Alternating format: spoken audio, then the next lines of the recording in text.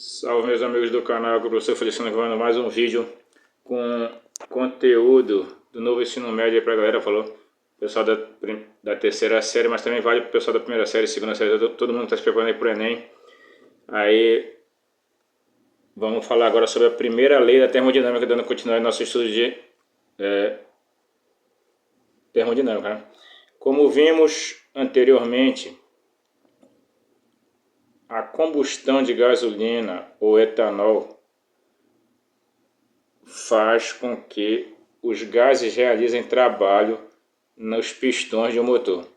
Outro resultado da explosão dos combustíveis é a liberação de calor, que faz a temperatura do motor aumentar. Sendo assim, em muitos motores é necessário a presença de um radiador, o qual faz parte do sistema de resfriamento da máquina. Esse sistema é composto por tubos preenchidos com líquidos refrigerantes e tem como objetivo fazer trocas de calor com o ambiente, certo? O líquido passa por uma tubulação em torno do motor e deste retira calor. Depois passa pelo radiador, transferindo calor para o ambiente e evitando que a temperatura do motor passe do limite seguro para seu funcionamento. Então aqui ele tem um esquema, né, mostrando um radiador, né? Aqui ele mostra aqui a parte da frente. Aqui, né, tem onde é a liberação de pressão, certo? Onde tem a ventilação, no caso, beleza? A bomba que circula a água para resfriar o líquido, os cilindros, né? Então aqui, ó. E ele passa exatamente por todo o motor, né? Essa tubulação levando a água que vai retirar o calor dos cilindros, né? do motor, e transfere esse calor para o ambiente, né? Para evitar que o motor se aqueça muito. Assim como outras máquinas térmicas, o motor de um automóvel não utiliza toda a energia do combustível para realizar trabalho. Parte dessa energia é convertida em energia interna do sistema, devido ao aumento da temperatura do motor e de suas peças, certo? Essa propriedade das máquinas térmicas é descrita pela primeira lei da termodinâmica, que é baseada no princípio da conservação da energia. A quantidade de calor que, adicionada a um sistema, pode aumentar sua energia interna, ΔU, e possibilitar que o sistema realize trabalho, o tal, né? Matematicamente, a primeira lei da termodinâmica pode ser escrita dessa forma aqui, ó. Que é o calor, é igual ao trabalho mais a variação da energia interna, certo? Então, a quantidade de calor que ele recebe, né, uma parte é usada para o trabalho e outra parte é para a variação da energia interna. Nessa relação, todas as grandezas são expressas em Joule, certo? No sistema internacional. Vamos analisar como cada variável da primeira lei da termodinâmica se comporta nas transformações gasosas que vimos anteriormente. Certo?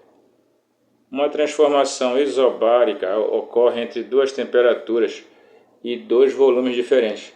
Ao analisar essa situação por meio da primeira lei da termodinâmica, que é igual a trabalho mais a variação da energia interna, temos que, se o gás recebe calor, a temperatura dele aumenta e sua energia interna também aumenta, certo?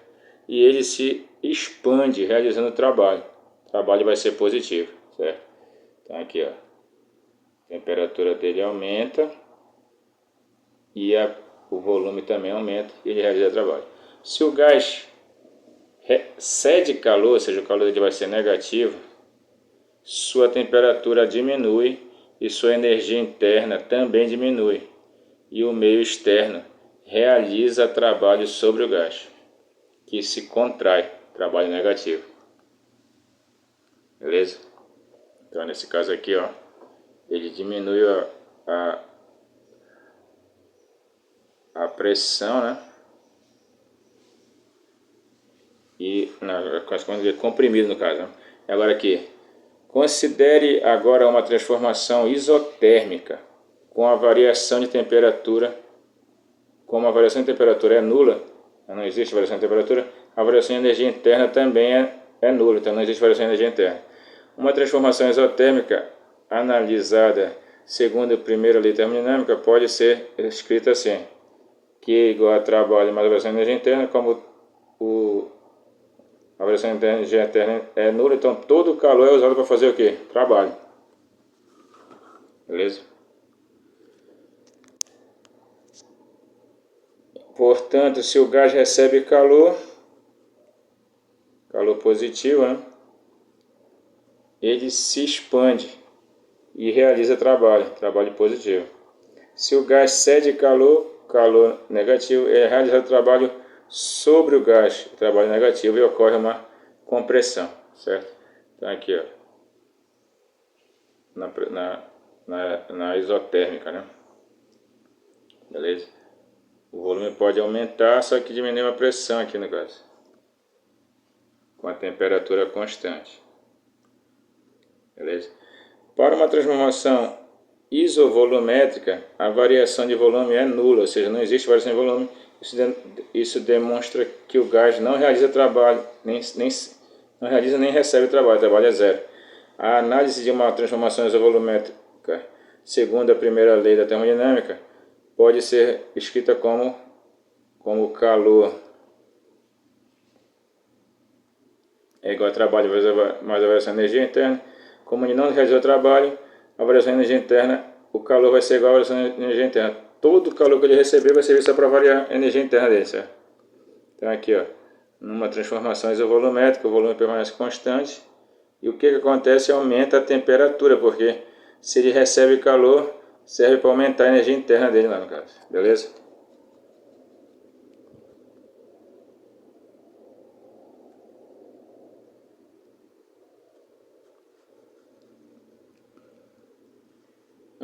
Assim, se o gás recebe calor maior que zero, ele se aquece, a temperatura aumenta e sua energia interna também aumenta. Se o gás cede calor, ele diminui de temperatura e diminui também sua energia interna, beleza? Isso quando ela é isovolumétrica. Considerando agora uma transformação adiabática, que é aquela em que não existe troca de calor, né?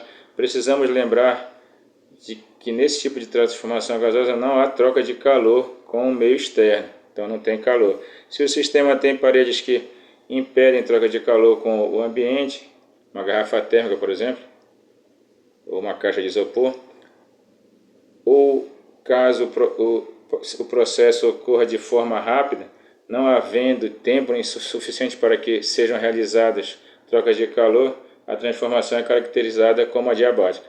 Analisando uma transformação adiabática por meio da primeira lei termodinâmica, temos que, como agora não vai ter calor, o trabalho vai ser igual a menos a variação de energia interna. Se o gás sofre uma expansão adiabática, ele realiza trabalho é positivo, e sua temperatura diminui, certo? Assim, a energia interna também diminui. Se o gás sofre uma compressão adiabática, o trabalho é realizado sobre ele, o trabalho vai ser negativo e sua temperatura aumenta. Dessa maneira, a energia interna também aumenta, certo?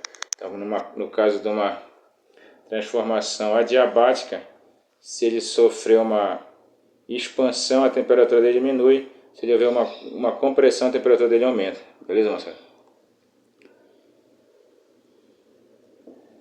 Aí ele mostra que fenômenos meteorológicos, quando está presente a primeira termodinâmica, né? Quanto maior a altitude, menor é a temperatura, porque acontece lá em cima, menor é a pressão. E se a pressão diminui numa transformação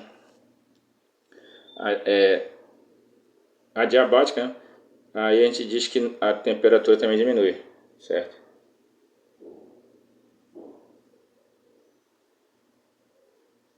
Beleza? Vamos seguindo aqui.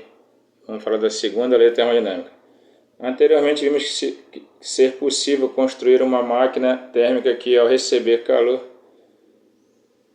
de uma fonte externa, sofre uma variação de energia interna e pode realizar trabalho. Observe a ilustração abaixo, que representa dois corpos inicialmente com temperaturas diferentes que são colocados em contato no interior de uma região termicamente isolada, certo? Assim, eles trocam calor entre si, mas não com o ambiente. O corpo A tem temperatura inicial maior do que a do corpo B. Né? O que acontece aqui, né? O calor vai sair, né, do corpo A, que é o mais quente, e vai se deslocar para o corpo B, que é o mais frio, certo? Naturalmente isso acontece.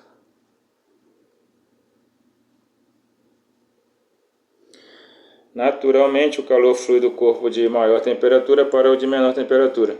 No exemplo dado, à medida que o corpo A cede calor, ele se resfria, e o corpo B, que recebe calor, se aquece, até que ambos atinjam o equilíbrio térmico, que é a temperatura iguais. Né? Nesse processo, a energia é conservada e assim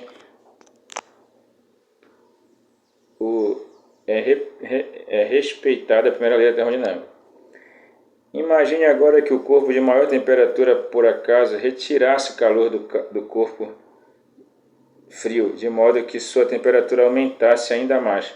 Esse processo não viola a primeira lei da termodinâmica, pois o corpo frio se tornou mais frio, na mesma medida que o corpo quente se tornou ainda mais quente.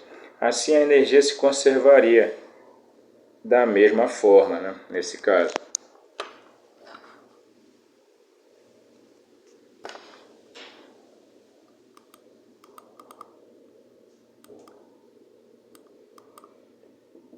Se a segunda situação descrita não viola a conservação da energia, então por que ela não é observada? A resposta é a segunda lei da termodinâmica, que está relacionada com o sentido da transformação de energia dos fenômenos naturais. Ela pode ser enunciada de diversas maneiras, das quais a mais simples pode ser escrita como: o calor espontaneamente nunca flui de um corpo frio para um corpo quente, certo? Então, espontaneamente o calor sempre vai sair do corpo mais quente e vai para o corpo mais frio, nunca vice-versa. O sentido do fluxo de calor pode ser invertido em algumas situações, porém, para que isso ocorra, é necessário realizar trabalhos sobre o sistema. Nesse caso, é adicionada energia de uma fonte externa, como ocorre nos refrigeradores ou nos aparelhos de ar-condicionado. Beleza, moçada?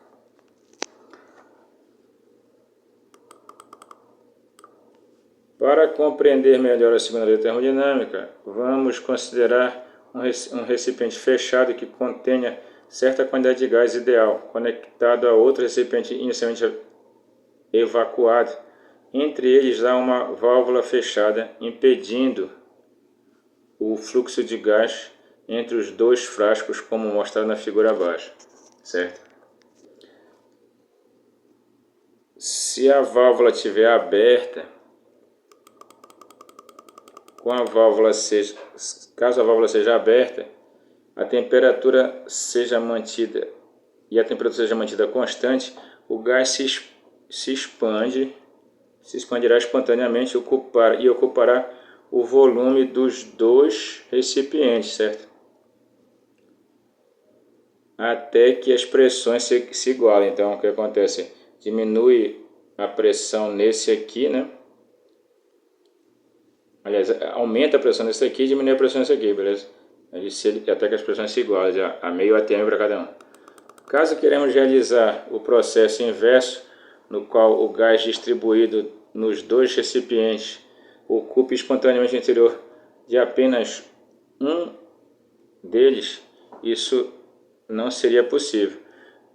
O fato de as partículas terem um movimento aleatório torna muito maior a probabilidade de haver um aumento da desordem de sua distribuição do que o contrário, certo?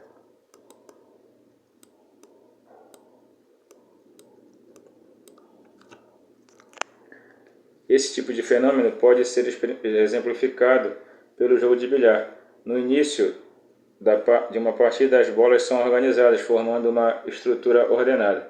Após a primeira tacada, a maior probabilidade é de que as bolas coloridas se espalhem pela mesa, aumentando o grau de desordem do sistema. Beleza? Aqui antes e depois, né? Mais ou menos assim que acontece com as partículas.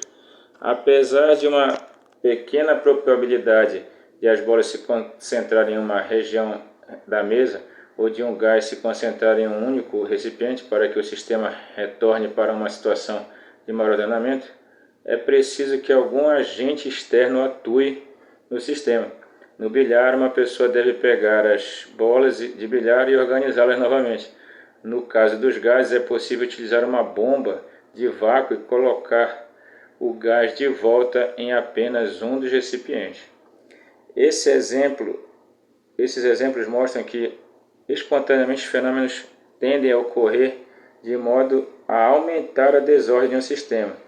O nível de ordem de um sistema está associado ao conceito de energia útil, ou seja, que pode ser aproveitada para realizar trabalho. Conforme a energia é utilizada, ela se transforma em energia desorganizada ou degradada, isto é, em formas de energia não úteis para a realização de trabalho. A grandeza que mede o grau de desordem da energia de um sistema é a entropia. Dessa maneira, quanto maior o grau de desordem, maior será a sua respectiva entropia, certo? A entropia mede o grau de desordem das partículas de um sistema. Beleza?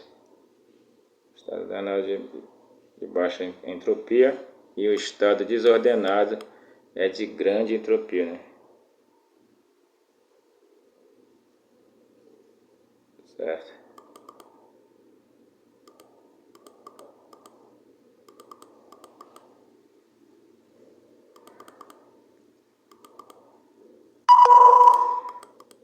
A partir do conceito de entropia é possível definir a segunda lei da termodinâmica em termos dessa grandeza, como nos processos espontâneos, a ordem de um sistema tende para a desordem, ou seja, a entropia sempre aumenta. Beleza? A entropia e a segunda lei da termodinâmica permitem explicar por que alguns processos são espontâneos, isto é, ocorrem naturalmente, enquanto outros não. Isso está ligado ao sentido natural da ocorrência dos fenômenos. Observando as fotografias abaixo, sabemos que a ordem das etapas é do copo inteiro para o copo quebrado após cair e que esse processo é irreversível, pois o copo quebrado jamais voltará por conta própria, né, a ficar inteiro novamente. Então a entropia é esse processo em que parte da ordem para a desordem, né, das partículas de um sistema. Então aqui ele está completo o copo e depois aqui está quebrado. Então a gente está para perceber que aconteceu isso aqui depois disso aqui, né? Beleza? Rendimento de uma máquina térmica e o ciclo de Carnot.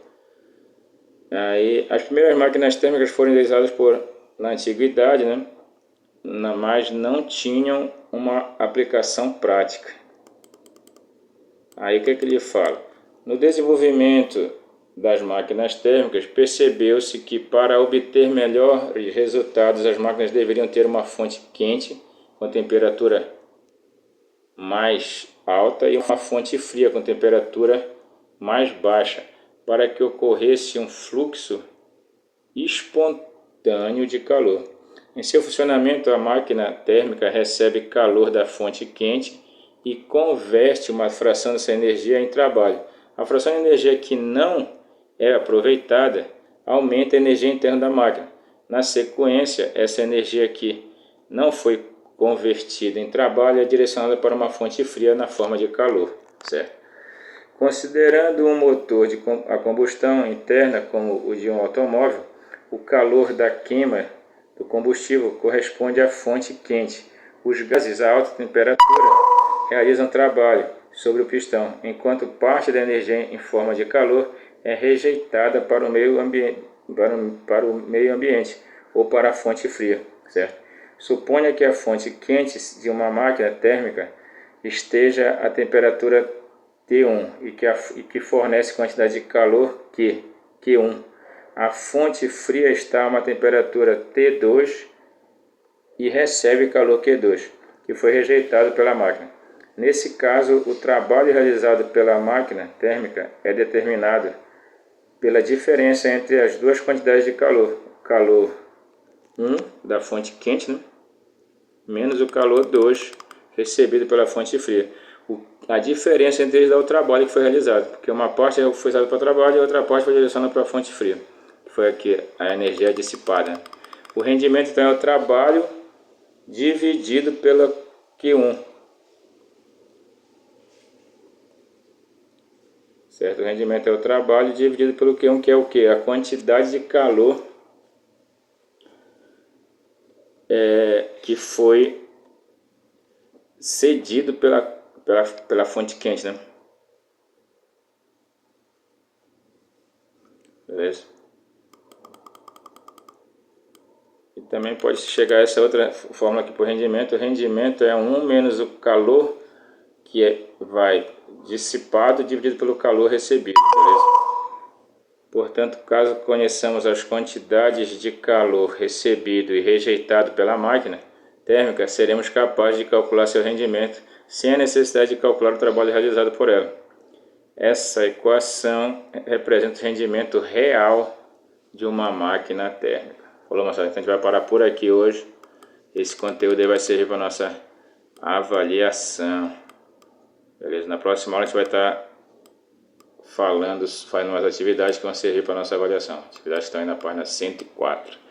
Falou, fique com Deus, Senhor Jesus, Senhor. Vamos se preparar para o Enem, moçada. Está chegando aí o dia da prova da Ciência da Natureza, agora no próximo domingo, dia 10 de novembro. Um abraço, fique com Deus, um abraço.